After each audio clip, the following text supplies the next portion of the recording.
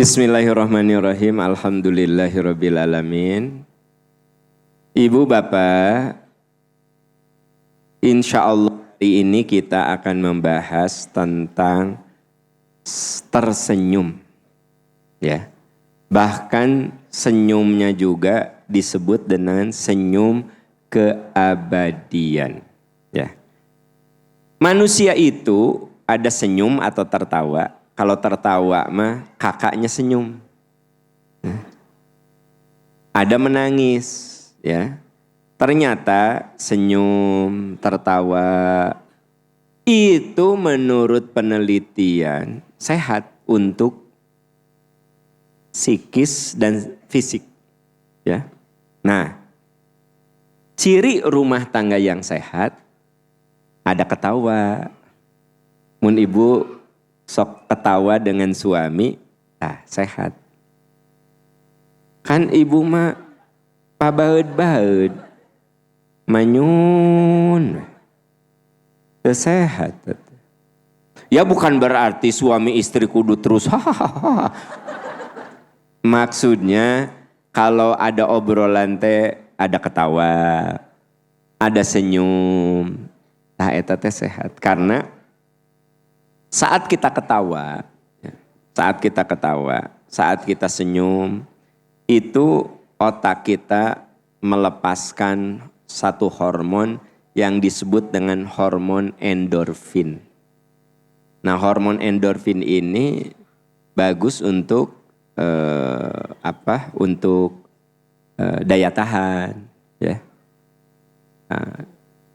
Lawannya hormon endorfin itu kortisol.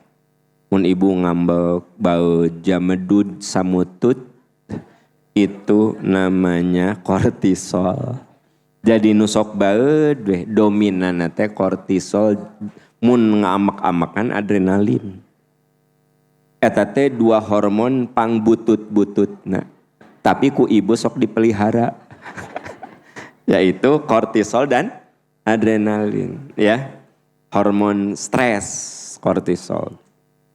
Hormon adrenalin, ya, yang membuat ibu bapak marah. Nah, orang itu si hormon yang tadi, yang kortisol dan adrenalin itu diredam oleh endorfin. Jadi bagus loh Bu, kalau ibu ada saat tertawa, tersenyum, ya gitu. Dan endorfin inilah yang kemudian membuat ibu jadi nggak ngantuk. Gak ada yang seserian bari nunutan, itu gak ada. Kan gitu. Gak ada. Ya kan, benar gak? Iya, gak ada ibu. Banyak ketawa baru. Gitu. Jadi si endorfin itu membuat kita jadi happy, senang. Nah jadi ketawa tersenyum itu akan membuat tubuh kita mengeluarkan hormon endorfin, ya. Kalau ibu kesel, marah, stres, itu hormon kortisol dan adrenalin. Nah, yang bikin cepet tua, banyak penyakit, eta teh hormon kortisol dan adrenalin. Dan yang paling parah, orang terjebak dengan hormon kortisol yang diciptakan oleh otaknya sendiri. Diam ngahulang, Gusti ya Allah. Hidup aku teh meni kieu-kieu teuing ya Allah. Meratapi diri sendiri, tahu nggak? Itu teh membuat Anda tambah sakit. Bagi Anda yang suka meratapi diri sendiri, sok keluar rumah, jalan kaki, ya. Olahraga, ketemu teman, datang ke majelis taklim, gitu. Walaupun mungkin materi yang disampaikan oleh ustadznya itu juga, tapi datang. Ibu ngaos, ngabahas kulhu wae. 3 tahun kulhu ina atoyena, kulhu ina atoyena. Cece, daripada Anda di rumah, kemudian dia meratapi keadaan, justru lebih sehat keluar. Nah makanya bapak-bapak dengar sayang, nih bapak-bapak. Kasih ke istri ruang. Kan maaf ya, ada bapak-bapak kamu gak boleh keluar rumah. Kamu gak boleh gaul. Kamu gak boleh. Bapak mah ulin wae ke kantor. Bapak mah ke kantor, kalau guru ke sekolah, ketemu orang ya gitu. Hari istri suruh di rumah weh. Jadi kasihan dia itu. Di ruang tengah ke ruang tamu, di ruang tamu ke kamar. Mending kalau imahna gede kan tipe 2 hiji kan dari ruang tamu ke kamar dapur eta kene. Ari ku suamina kamu gak boleh keluar. Ciri wanita solehah itu di rumah. Ya ari keluar untuk sebuah aktivitas yang benar seperti kapangaosan, silaturahmi, kegiatan sosial. Ibu misalnya aktif jadi kader posyandu. Ibu sayang, itu teh kayak sederhana membuat ibu lebih sehat. Jadi saya ngasih ruang sama istri untuk sok kamu bisa mau ketemu teman-teman sok. Ya. Dan saya juga tahu ya bahwa itu kan hal positif lah, cuma ketemu ya, ngobrol sama teman-temannya gitu kan. Ngopinya, ngobrolnya kan tidak tiap hari. Paling ti Senin ke Senin Ustadz. Nah, kenapa? Karena saat ngobrol dan ketemu itu kan ada senyum, ada ketawa, ya kan? Nah, itu teh membuat emosional dia, ya, itu mengurangi stres dan memperbaiki mood. Jadi ketawa, tersenyum itu membuat hormon endorfinnya dipancing. Tapi kalau tidak senyum, tidak ada ketawa, maka dia sangat rentan stres. Ya. Stres ya. Maka hormon kortisol dan adrenalinnya, mata orang stres mah kesulut sedikit ge ngambek. Sensi gitu. Jadi Pak lamun istri bapak gampang ngambek, teh kurang piknik. Padahal bapak kan cuma nanya gini, ya kan gini. Mah, ari baju batik ayah yang tangan pendek mana? Ya segala nanya ke mama atuh. Di lomari ke ayah. Nah, kan asa gampang. Oh ayah di lomari gitu. Ah nggak mana? Mah, iya teh nog ketinggalan naon. Nog gitu.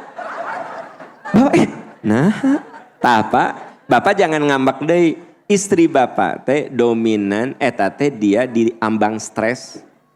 Hormon kortisol dan adrenalinnya dominan. Matak gampang ngambek. Jadi lamun istri bapak gampang ngambek, kamu nu salah. Wah, kamu nu salah. Iya, coba kasih ruang. Baud mah yuk jalan-jalan. Tekudu balanya. Mun teu gaduh artos mah. Ya, jalan jalan. Ya. Nah, tapi daripada dia diam di rumah, mendingan ku bapak bawa jalan. Iya, sok Pak geranya. Enggak ini teh sayang denger. Saya mau membahas senyum keabadian. Tapi sebelum bicara senyum keabadian, kita bicara dulu senyum dan tertawa di dunia ini banyak manfaat gitu. Jadi saya tahu kalau ada ibunya, kalau suami gampang nyulut gitu. Nah mungkin dia di kantornya ada beban pekerjaan. Itu hormon endorfin, kortisolnya tinggi. Jadi kalau gini misalnya, ayah mau mandi dulu apa makan dulu? Lu gitu wae nanya, kumaha ayah we. Ibu tong ngambek. Ibu kalah ka? Naon ngajak gelut? Ibu tong kitu. Itu suamimu denger ada dinasehatan teh. Suami ibu teh di kantornya tingkat stresnya tinggi, endorfinnya naik. Kortisolnya naik. Jadi gelisah. Gelisah mungkin baru dikasih beban target. Kamu targetnya harus gini. Nah naik si endorfin sama kortisol. Ada marah juga sama manajemen. Gawe, ada gaji tuh naik karena ada ngambek tuh. Di bumi. Ibu cuma nanya, ayah mau mandi dulu, makan dulu. Kan pertanyaan biasa kan? Marah dia. Ibu tong tambah marah. Ditanya baik-baik kalau kan ngambek. Engke mah mau masak sih ya. Nah. Naon ibu pada ketawa gitu ibu. Aku curiga. Aku mah curiga lihat ibu jadi ketawaan juga gue banget. Mata kan Nabi mengatakan kul khairon auliyasmut. Mun istri keur ngambek kita reda Pak. Gitu. Mun istri keur ngambek kita reda. Mun bapak keur ngambek, istri biasanya lebih ngambek. Nah. Kudu reda. Nah, oke. Jadi senyum, tertawa kayak barusan teh. Itu Anda mengeluarkan hormon endorfin. Matak anu sarusah ge happy katingali. Nanti begitu bubar susah deui tah. Matak ade kenapa ya kalau lagi di pengajian mah asa enggak ada kasusah. Nya matak sok ngaji. Lumayan hormon endorfinnya dikeluarkan daripada di rumah. Kortisol lagi. Nah, jadi ternyata menurut ilmu pengetahuan tertawa, tersenyum itu membuat itu akan mengurangi tingkat stres, mengkondisikan mood lebih bagus. Terus secara medis, Bu, senyum, tertawa itu membuat jantung lebih sehat. Lebih sehat jantung teh, ya. Matak mun ibu manyun jantung teh capek. Ya, jadi kabayang teh ibu mun wajah manyun jantung ge capek. Ya. Nah, jadi lebih ke kalau kita ketawa jantung teh pompanya dilatih gitu. Ya. Nah, terus yang ketiga, ketawa itu meningkatkan imunitas, kekebalan tubuh. Jadi orang yang happy, senang, bahagia, daya tahan tubuhnya lebih bagus. Ya. Kenapa dalam Islam orang yang sakit kudu la ba'sa tahurun insyaallah. Apa la ba'sa tahurun? Enggak apa-apa. Tahurun insyaallah, sakitmu jadi penggugur dosa. Itu artinya supaya imunitasnya, kekebalannya tumbuh, kuat, ya. Ustadz Asep Rohman kan? Tapi Asepna tara disebut. Nah, Ustadz Rohman sakit, saya tengok, Ustadz insyaallah damang. Nggak masalah lah, kayak nemenin saya lagi ngaji di Arjasari. Sehat Ustadznya? Itu teh saya sedang meningkatkan kekebalan tubuh dia.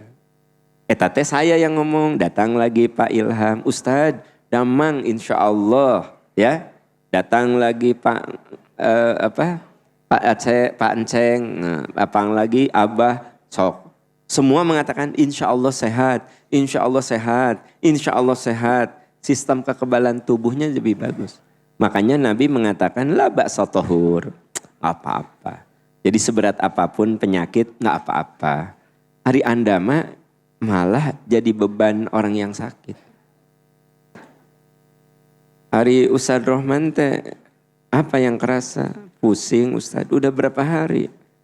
Udah 2 hari. Kadek habis kanker otak.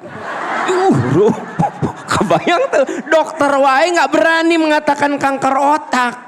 Kadek udah 2 hari Ustadz, turun-turun liar si kanker otak. Kanker otak. Datang Abah Engkon. Rerencangan abdi ge pupus kamar itu. Teman saya sami Ustadz pusing 2 hari berturut-turut meninggal. Langkung anom ti ustad. Udah.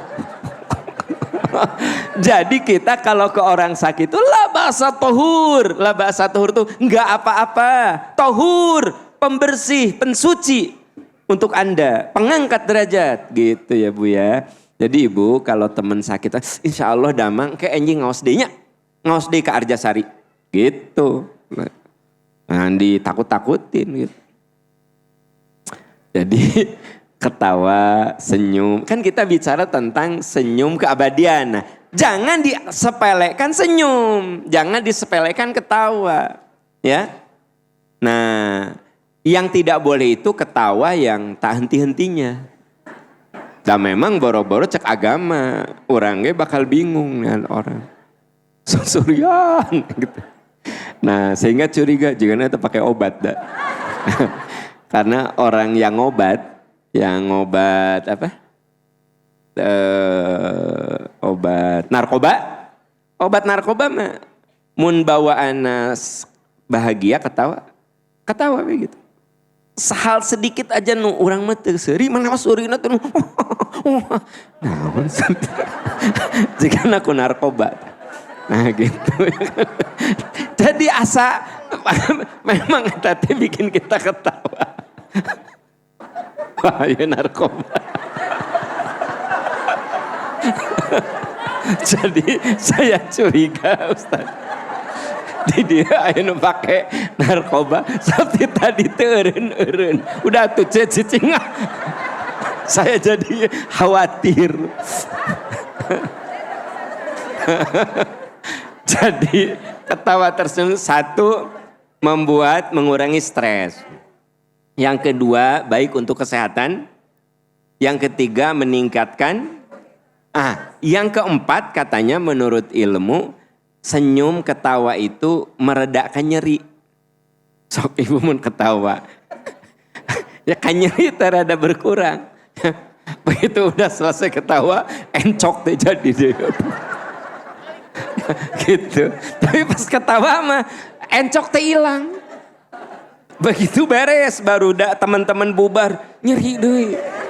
Nyeri kieu. Mamah kunaon ari tadi seserian? Mamah ge teu ngarti atuh.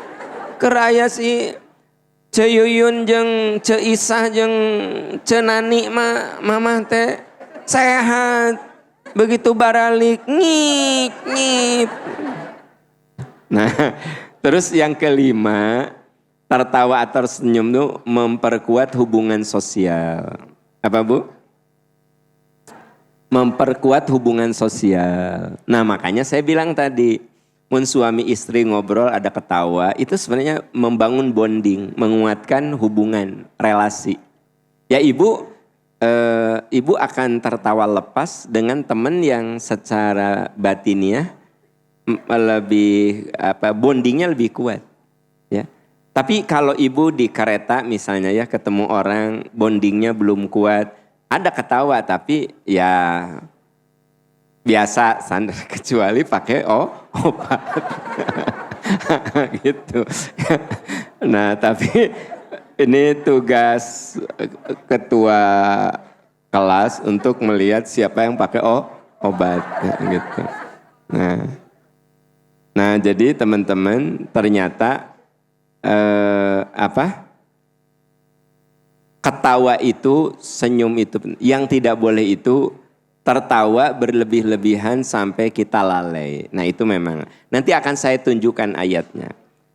Terus menangis, ya. Kalau tadi kan tertawa, terus menangis.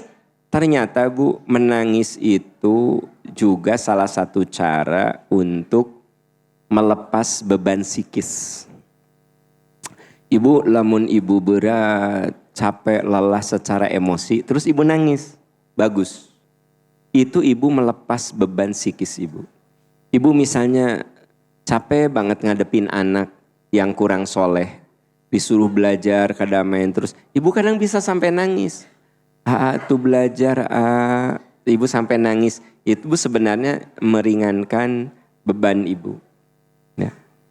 Nah bahkan ada penelitian yang mengatakan racun yang ada di tubuh juga bisa keluar lewat menangis. Lewat menangis Bu. Itu sebabnya kenapa Nabi mengatakan sholat tahajud yang khusyuk itu bisa membuat kamu lebih sehat. Jadi ada saat kita sholat tuh sambil menangis, itu Bu, jadi racun-racun yang ada di tubuh kita itu bisa saja keluar lewat tangisan. Ya. Itu sebabnya selain menangis itu bisa melepaskan beban. Ya. Ibu, Bapak mungkin merasalah Anda pernah nangis, bebannya jadi lebih ringan. Bukan berarti bebannya jadi ringan, tapi Anda lebih merasa ringan gitu ya. Terus yang kedua dia melepaskan racun yang ada di itu. Ya, yang pertama meringankan beban. Beban kehidupan, beban mental maksud saya. Terus melepaskan racun. Yang ketiga meredakan rasa sakit. Jadi menangis itu juga salah satu cara untuk meredakan rasa. Itu sebabnya kalau orang sakit banget terus nangis, itu rasa sakitnya berkurang. Ya. Nah, dan ternyata nangis itu meningkatkan kualitas tidur. Ibu mentos nangis sok tibra. Iya, sok Bu. Kaget. Jadi ibu teh kan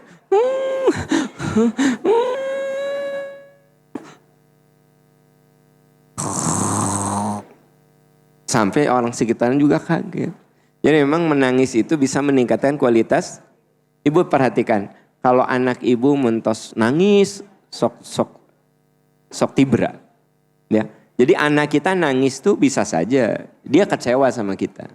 Tapi dia sendiri nggak bisa mengungkapkan kekecewaan. Udah gitu ibunya juga, kita sebagai orang tua juga nggak paham maunya anak itu teh apa. Ya, maka si anak itu nangis. Dengan nangis, kekecewaan dia reda. Tapi juga kemudian dia menjadi tidur lebih lelap. Dan Anda tahu sumber kesehatan itu tidur yang lelap, deep sleep. Ibu, orang bilang percuma Anda makan sehat kalau tidurnya ngaco. Sampai ada istilah gitu, saya dengar dari dokter gitu. Percuma kamu olahraga rajin, hari tidur ngawur gitu kan. Kalau ada dokter tolong dikoreksi ya mah ningali di IG weh. Kayak dok kan style dokter tuh beda-beda. Ngapain lu? Makan teratur, sehat, tidur lu awut-awutan, sering begadang, nggak jelas jam tidur. Ngapain kamu rajin olahraga, tidurnya ngaco. Nah, tapi memang ternyata kenapa di Quran dibahas tentang tidur? Waja'alna naumakum subata. Dan kami jadikan tidur untuk recovery. Tidur itu untuk recovery. Ya kalau nanti punya alat bahkan bisa diukur tidur kita itu baik, buruk. Ini mah cuma cerita aja. Nah, jam yang saya pakai itu bisa mengukur kualitas tidur. Bukan jam Ustadz Rohman, jam saya. Itu bisa, tapi saya tidurnya kudu pakai jam tangan ini. Saya tidur nih. Dari jam 8 sampai jam 3 misalnya. Atau jam 9. Itu saya cek. Deep sleep saya, tidur dalam saya berapa jam. Misalnya 2 jam itu dalam. Ada lagi light, tidur yang tidur, merem gak ingat apa-apa. Tapi tidak dalam. Nah, ada lagi tidur yang gini, mata tidur, orang lihat seperti nyenyak, tapi yang tidur nama denger nu ngobrol, denger suara ucing, denger manuk, denger tatangga pasea gitu kan. Pernah gak Anda tidur gitu? Gini, merem, tapi orang nyangkanya tidur gitu. Tidur. Nah, Bu, ternyata kalau ibu beban berat, nangis. Itu membuat ibu jadi nanti tidurnya lelap. Ya. Oleh karena itu Pak, Bu, kalau pasangan hidup kita nangis, jangan dibilang, lalaki cengeng ari badan juga Arnold Schwarzenegger. Sekarang mah bukan Arnold, juga zaman saya mah Arnold Schwarzenegger tinggi. Ayeuna saha sih? Oh aderai, kenapa aku harus cari yang internasional?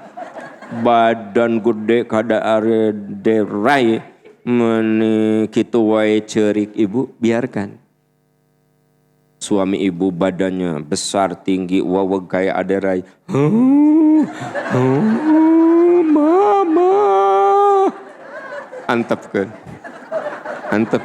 Hari kamu kalau kanyang serikan, biarkan dia sedang membuang racun dalam dirinya, mengurangi meredakan emosionalnya, dan semoga dengan begitu kualitas tidur dia nyanyi. Benar Gus, duduk kursi, ya. Ibu, Ustadz, coba buka surat An-Najm ayat 43 sampai 45. An-Najm. Kita baca bersama-sama. A'udzu billahi minasy syaithanir rajim. Wa annahu huwa adhaka wa abka. وأنه هو أمات وأحيا وأنه خلق الزوجين الذكر والأنثى صدق الله العظيم. Iya ibu bapak, surat An-Najm ayat, coba perhatikan. Wa annahu huwa adhaka wa abka. Sesungguhnya Allah yang menjadikan orang bisa tertawa dan menangis. Jadi gini Bu, jangan Anda kira tertawa dan menangis itu bukan karunia. Kalau orang sudah tidak bisa tertawa, itu bahaya. Kalau orang sudah tidak bisa menangis, itu madorot. Jadi kalau kita ada saat bisa tertawa, ada saat bisa menangis, itu karunia. Allah berfirman, aku yang membuat kamu bisa tertawa dan menangis. Ya. Ciri bahwa orang itu masih jauh dari gila, dia masih bisa tertawa dan dia bisa menang. Jadi kalau ada orang gila, da orang mah geus teu bisa seurik, geus teu bisa ceurik. Tah eta teh selangkah lagi menuju gilaan. Tah begitu gila aya dua, nu seuri wae. Aya nu nangis wae, sok nu gelo, aya nu sedih, aya nu ketawa wae. Tah ieu mah normal di dieu mah karena ada ketawa, ada sedih, ada terharu, ada tersenyum. Jadi jangan disepelekan. Allah saja sudah berfirman masalah tertawa dan menangis. Dan itu teh karunia. Jadi kalau kita masih bisa tertawa, masih bisa menangis, itu adalah karunia Allah.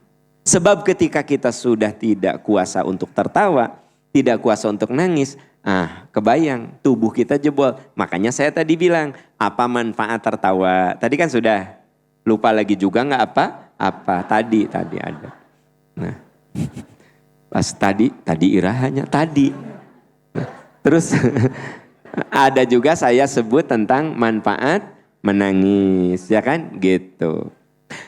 Yang menarik, menangis dan tertawa ini dihubungkan dengan apa?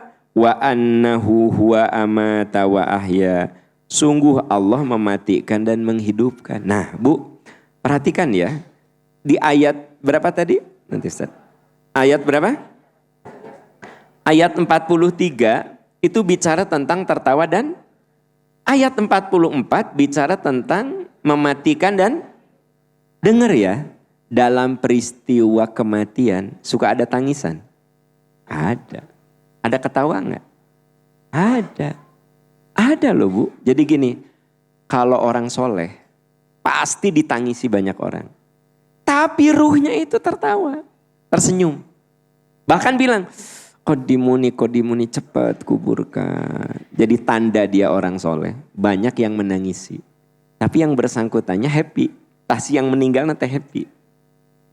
Lamun ibu nangis sedih tapi suami ibu almarhum di alam barzahnya ketawa, itu suami ibu orang baik.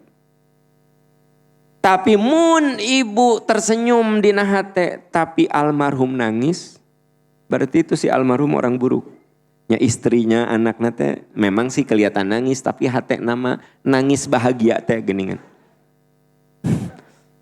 Ya Allah, plong nama ya Allah, plong.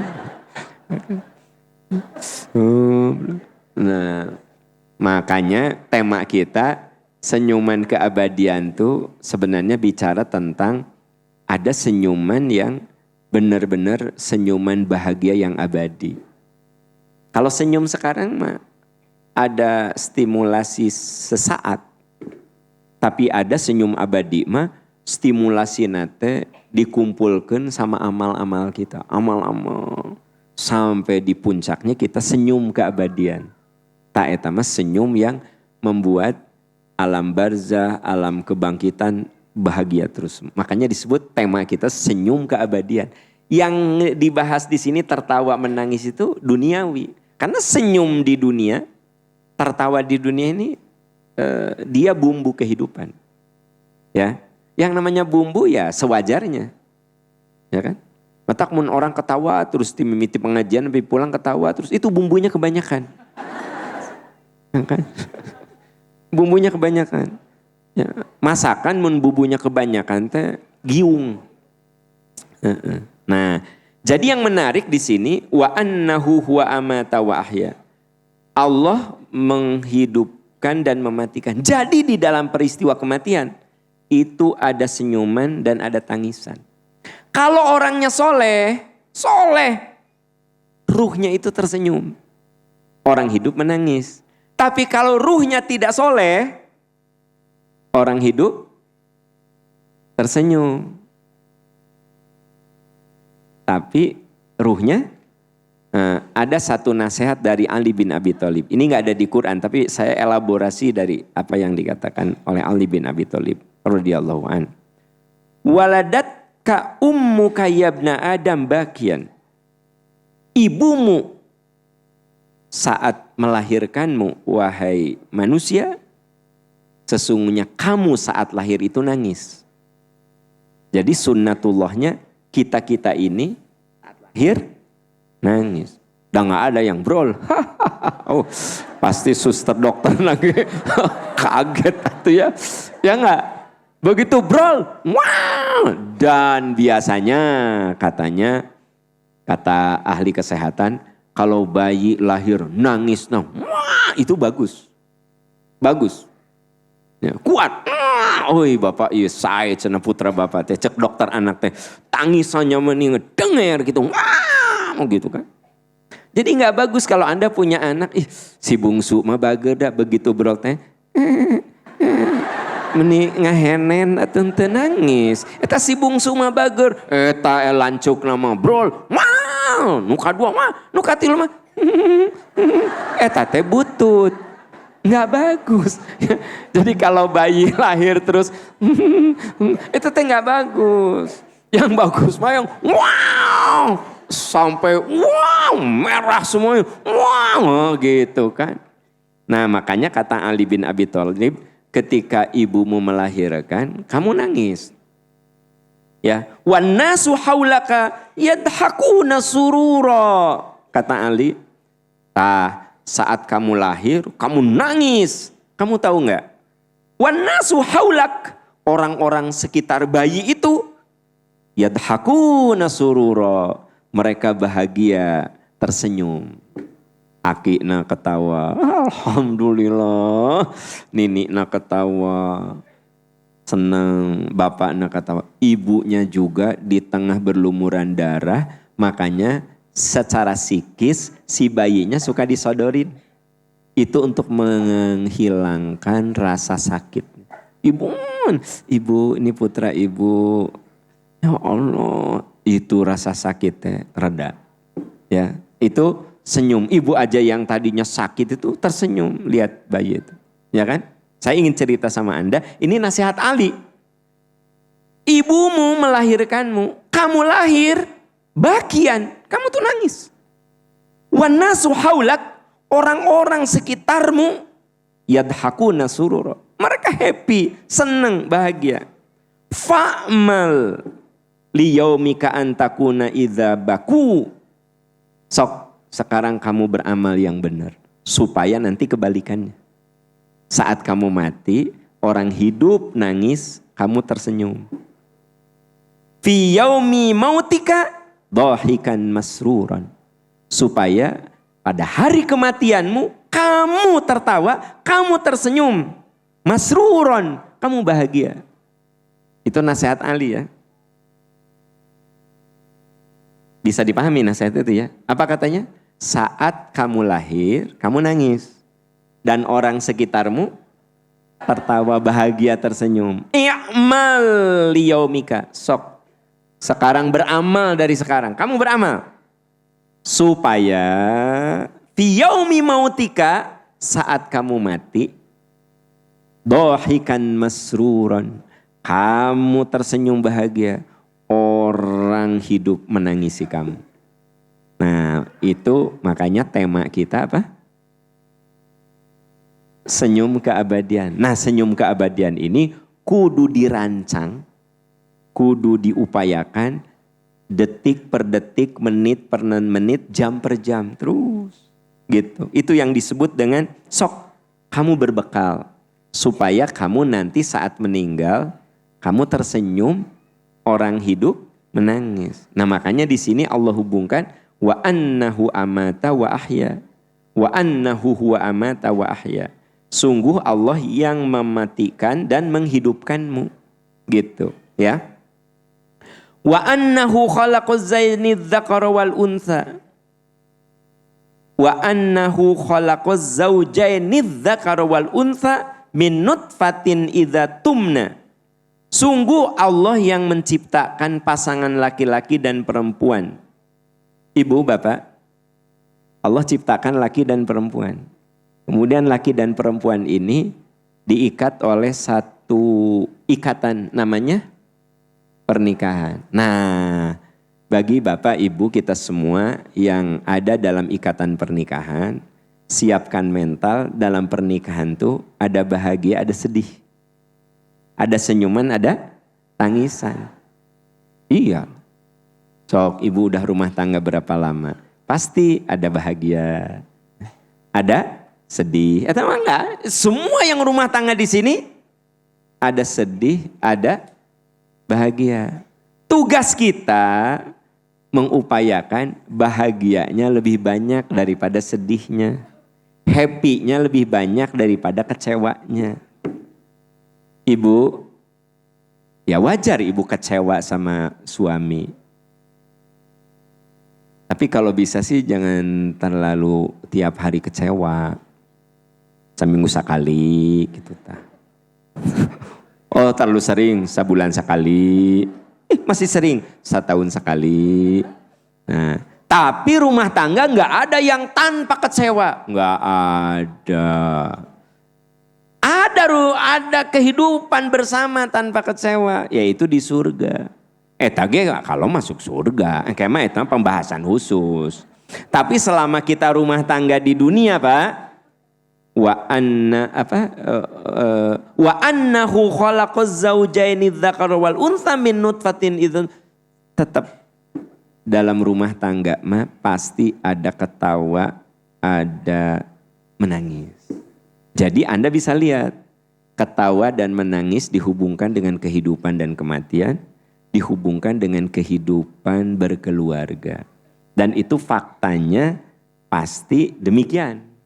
Ya, saya kalau tanya di sini ada yang rumah tangganya 50 tahun, saya yakin selama 50 tahun tuh ada senyum, ada sedih, ada kecewa, ada bahagia gitu.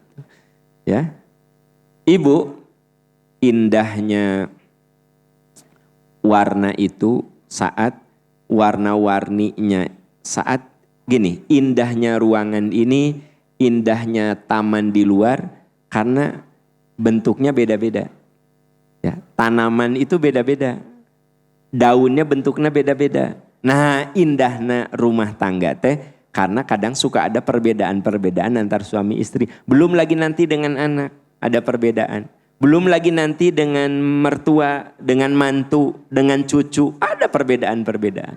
Nah, dari situ jelas bahwa yang namanya senyuman dan tangisan adalah sesuatu yang melekat pada diri kita. Nah, sebelum saya bicara tentang senyuman, ya, senyuman keabadian, karena pengantar ayatnya itu tentang tertawa dan menangis, saya ingin menyebut dulu macam-macam tangisan. Baru nanti macam-macam tertawa. Nah, pertama, tangisan manusiawi. Apa Bu? Iya, tangisan manusiawi itu contoh ibu sesoleh-solehnya Nabi, saat putranya meninggal tetap ada nangis. Ya, qala Anas berkata, laqad ra'aituhu yakidu binafsihi baina yadayya Rasulullah fadama'at aina Rasulillah. Jadi saat putranya Nabi yaitu bernama Ibrahim wafat, dama'at aina Rasulillah. Air mata Rasulillah berlinang, menangis. Faqala, lalu beliau berkata, tadma'ul ainu wa yahzanul qalbu wa la naqulu illa ma yurdi rabbuna inna bika ya Ibrahim lamahzun. Jadi gini, menurut hadis ini kata Anas, ketika putra Nabi bernama Ibrahim itu meninggal, saya lihat Nabi meneteskan air mata. Ya. Kemudian beliau bersabda, apa kata Nabi? Kami tadma'ul ainu wa yahzanul qalbu. Saya keluar air mata, saya sedih, tapi saya tidak mengucapkan sesuatu yang dimurkai Allah. Maksudnya apa? Nangis boleh, sedih boleh, tapi jangan keluar kata-kata yang dimurkai Allah. Contoh gini, kenapa kok anak saya masih anak-anak begini, kok udah engkau panggil ya Allah. Tukar saja dia dengan nyawa saya ya Allah. Nah itu yang dimurkai. Tapi kalau innalillahi wa inna ilaihi roji'un, ya Allah beri hamba kesabaran. Bari nangis, boleh. Ya, boleh. Nah, ibu, kalau ibu sakit, nahan sakit, terus nangis, boleh tidak? Itu namanya apa? Manusiawi, ya kan gitu. Manusiawi. Jadi tidak ada masalah menangis selama tidak kemudian menimbulkan murka Allah. Paham ya? Jadi ada yang nanya, Pak kalau orang tua meninggal kita nangis, ya boleh. Wong Rasulullah saja menangis ketika istrinya wafat. Ketika Bunda Khadijah wafat tuh Rasulullah nangis. Ketika Hamzah syahid menangis Nabi. Ketika Mus'ab bin Umair meninggal syahid, nangis juga beliau. Gitu ya. Jadi Nabi itu sering menangis saat ada di antara sahabat tercintanya, keluarga terdekatnya wafat. Itu manusiawi gitu loh ya. Nah, itu namanya apa? Menangis. Yang kedua ada yang disebut menangis perpisahan. Ya. Nah, Ibu, ini satu saat Rasulullah berkhutbah, berceramah. Jadi saya ngutip dari kejadian-kejadian yang ada di hadis. Tadi mah contoh nangis yang manusiawi itu Nabi ditinggal wafat sama putranya. Nabi ditinggal wafat sama istrinya. Nabi ditinggal wafat sama sahabat terdekatnya. Nah, semua itu Nabi nangis. Tapi nangis yang wajar, yang manusiawi. Gitu. Tapi kenapa kalau ada yang meninggal nggak boleh nangis, dan kalau nangis air matanya jangan sampai jatuh ke mayit. itu adalah mitos. Jadi ibu saya nangis, ibu saya meninggal, saya nangis, ada yang netes, nggak apa-apa manusia. Jangan langsung maju.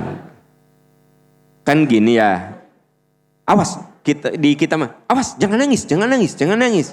Ini sebenarnya manusiawi lah, ya kan? Gitu, nggak masalah. Nah, itu tangisan manusiawi. Terus ada lagi yang disebut tangisan perpisahan. Jadi Bu, kalau ibu mau berpisah, sedih, nangis, teteh boleh.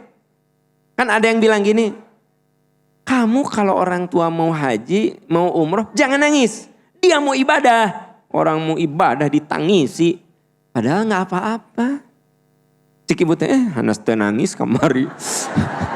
Hanas capek nahan nangis. Bu, di kita tuh ada yang kalau misalnya mau nganter orang tua umroh, haji, itu teh ada yang bilang nggak boleh nangis. Kenapa kamu harus menangisi orang yang mau ibadah? Padahal, nah ini yang disebut dengan tangisan perpisahan. Nabi ini ya, qoma fina Rasulullah dzata yaumin. Satu saat Nabi menasehati kami. Fawa'adhana mau'idhatan balighatan. Lalu Nabi kata Yahya bin Abi Mutha, saat itu Nabi ngasih nasihat sama kami, nasihat yang dalam sekali. Wajilat minhal qulub, sehingga hati kami bergetar. Wadharafat minhal uyun, air mata kami berlinang, menangis. Faqila ya Rasulullah, wahai Rasulullah, wa'adtana mau'idhatan muwadda'. Ya Rasulullah, engkau memberikan nasihat seperti nasihat perpisahan. Fa'had ilaina bi'ahdin. Nah jadi ini nasihat Nabi ketika memang gak lama dari situ Nabi wafat. Kan begini teman-teman, Nabi itu wafat tanggal 12 Rabiul Awal tahun ke-11 Hijrah. Jadi Nabi itu qadarullah lahir Senin tanggal 12 Rabiul Awal. Beliau wafat Senin tanggal 12 Rabiul Awal tahun ke-11 Hijrah. Nah, beliau sempat haji di tahun ke-10 Hijrah. Haji. Kalau haji bulan apa dilaksanakannya? Ya tentu saja bulan haji, Zulhijjah. Setelah Zulhijjah urutan bulan Zulhijjah, terus Muharram, terus Safar, terus Rabiul Awal. Dah Rabiul Awal, Rabiul Akhir, Jumadil Awal, Jumadil Akhir, Rajab, Sya'ban, Ramadan, Syawal, Dzulqa'dah, Dzulhijjah, terus ya hari bulan gajian apal, bulan ibadah enggak. Nah, jadi Ibu, bulan Dzulqa'dah Nabi haji. Ya.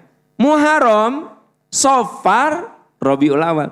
Jadi 3 bulan kalau dibulatkan, 3 bulan kurang dari haji beliau wafat. Makanya disebutkan haji wada, haji perpisahan. Nah, sejak itu Nabi kalau ngasih nasihat itu seringkali seperti nasihat perpisahan. Gitu ya. Bahkan Abu Bakar mah kalau Nabi lagi tausiah teh nangis. Sampai sahabat mengatakan, kenapa Abu Bakar teh orang cengeng lebih cengeng lagi. Ternyata Abu Bakar semacam merasakan nasihat Nabi ini seringkali seperti nasihat-nasihat perpisahan. Nah, ini isyarat bahwa Bu, sebenarnya kalau kita mau berpisah, nah ini mah perpisahan Nabi dengan para sahabat, dipisahnya teh perpisahan memang sampai beliau wafat. Kita, belajaran dari kita, menangis karena perpisahan. Misalnya ibu nangis ketika suami harus tugas keluar kota, ya gak apa-apa. Nangis karena anak dapat beasiswa sekolah ke luar negeri, ibu teh nangis, gak apa-apa. Orang tua ibu berhaji berumroh mengantar dengan tangisan, enggak apa-apa, itu namanya tangisan Nah itu saya ingin meluruskan bahwa tangisan seperti itu teh boleh gitu, karena ada ungkapan katanya, kenapa kamu menangisi orang yang mau ibadah? Itu kenapa? Ya nggak apa-apa. Ya, selama itu nangisnya wajar. Nah, yang ketiga, tangisan palsu kurung buka, buaya kurung tutup. Jadi di Quran itu ada tangisan buaya, ada tangisan palsu, ada tangisan penipuan. Nah, ini mulai nih tangisan yang haram.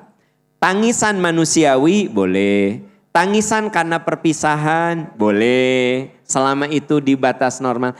Nah, ada lagi tangisan palsu. Nah, Ustadz surat Yusuf, ya, surat Yusuf ayat 16 sampai 17. Surat ke-12. Surat ke-12.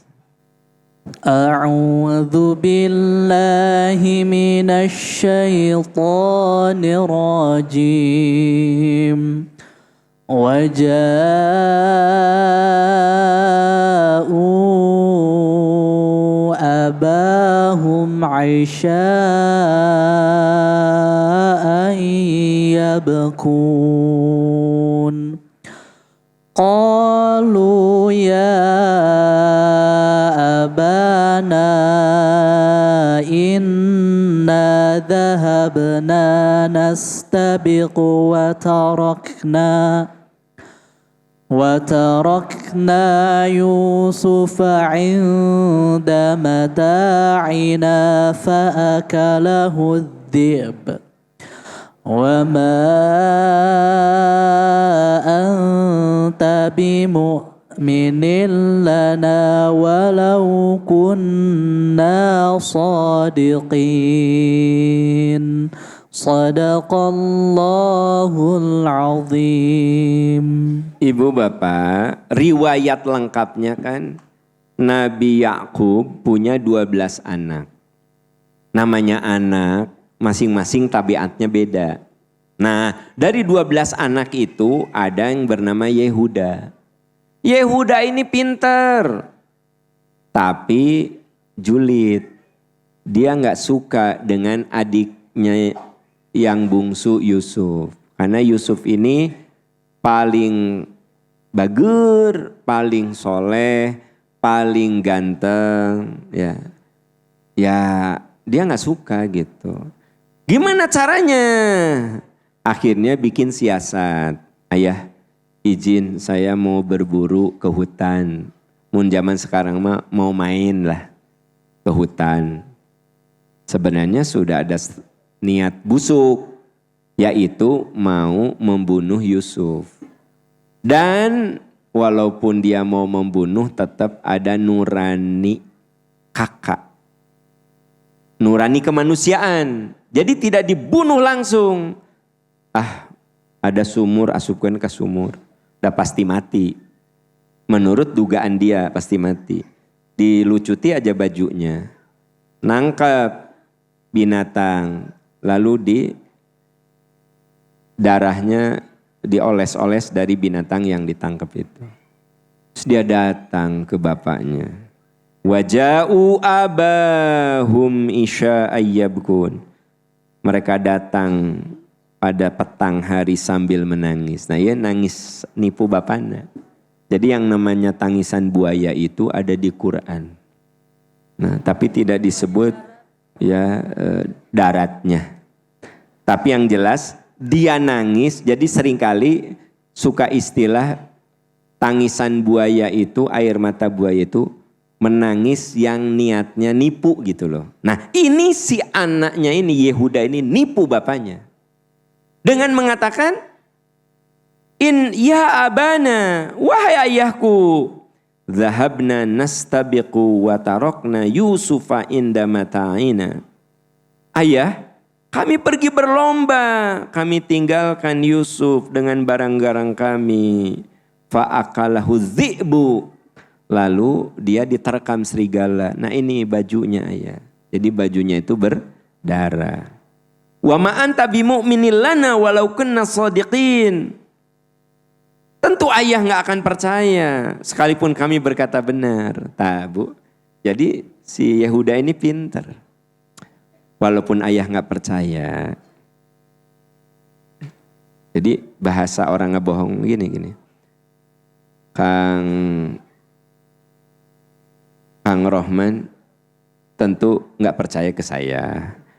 Tapi Kang, itu teh metode penipuan. Ya. Saya tahulah Akang mau percaya ke sayanya. Tapi Kang kieunya, nah itu teh bahasa untuk menipu. Jadi gini, wa ma'an tabi mu'minil lana. Ayah, saya tahu ayah nggak akan percaya sama saya. Tapi itu yang terjadi. Gitu. Paham? Ya kamu, ayah nggak akan percaya dengan omongan saya. Tapi terserahlah kalau ayah nggak percaya. Tapi itu yang terjadi. Akalahu dhibu. Dia dimakan serigala. Gitu loh. Nah jadi saya tidak akan cerita tentang perjalanan Yusuf sampai jadi Perdana Menteri, sampai jadi Raja. Enggak, karena itu babnya panjang banget. Hanya ingin cerita bahwa ternyata anaknya Nabi Yakub bernama Yehuda yang kemudian menjadi bangsa Yahudi. Jadi bangsa Yahudi itu keturunan Yehuda. Yehuda beranak pinak jadi bangsa Yahudi. Nah gitu ya. Dia menggunakan tangisan palsu gitu ya. Nah, yang keempat, tangisan penyesalan. Ini dijelaskan di surat At-Taubah ayat 82. Kita baca bersama-sama.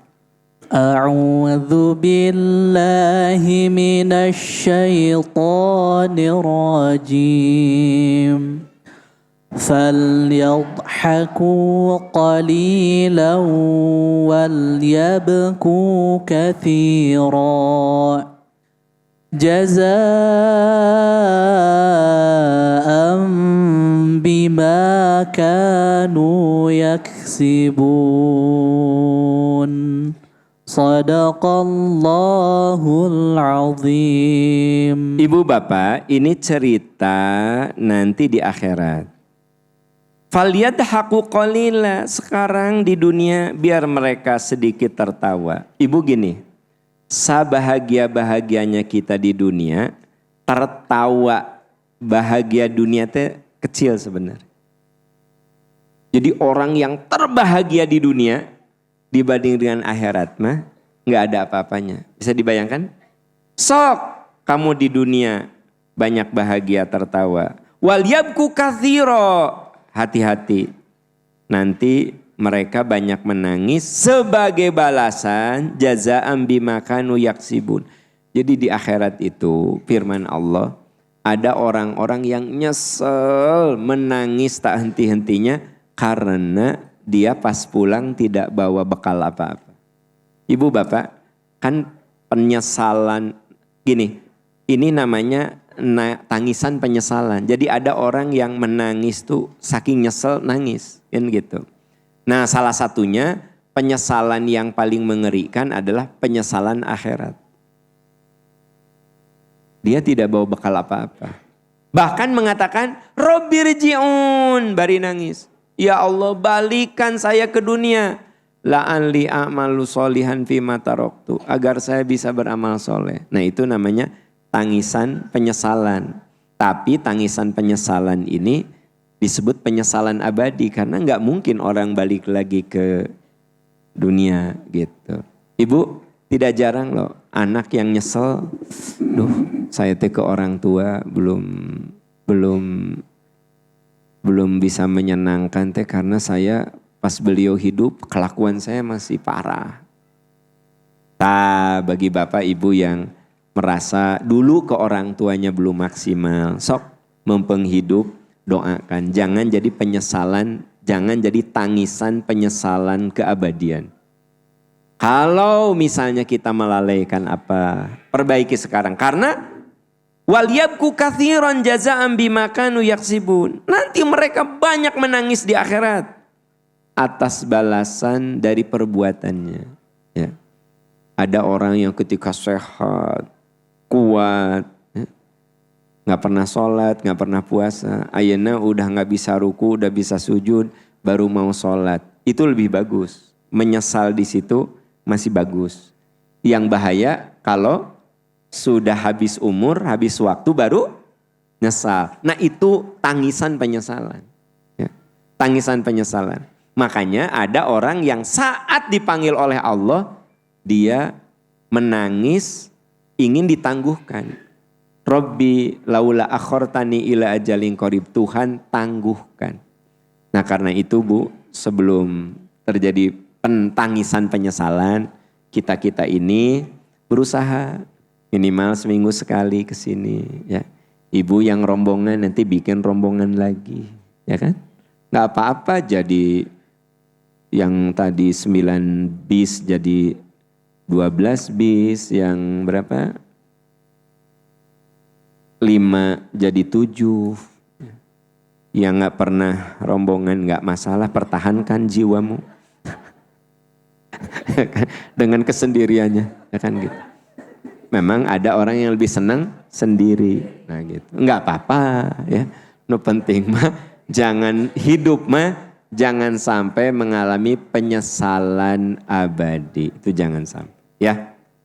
Ibu, nah ada lagi namanya tangisan tapi waktunya keburu habis. Nanti akan dibahas minggu depan insya Allah. Nah ini tangisan yang harus kita punya nih, tangisan ini. Tangisan apakah itu? Tetaplah bersama kami, minggu depan akan kita bahas insya Allah. Terima kasih pada semuanya, jazakumullah khairan katsira. Subhanaka Allahumma wa bihamdika asyhadu an la ilaha illa anta astaghfiruka wa atubu ilaik. Walhamdulillahirabbil alamin. Wassalamualaikum warahmatullahi wabarakatuh.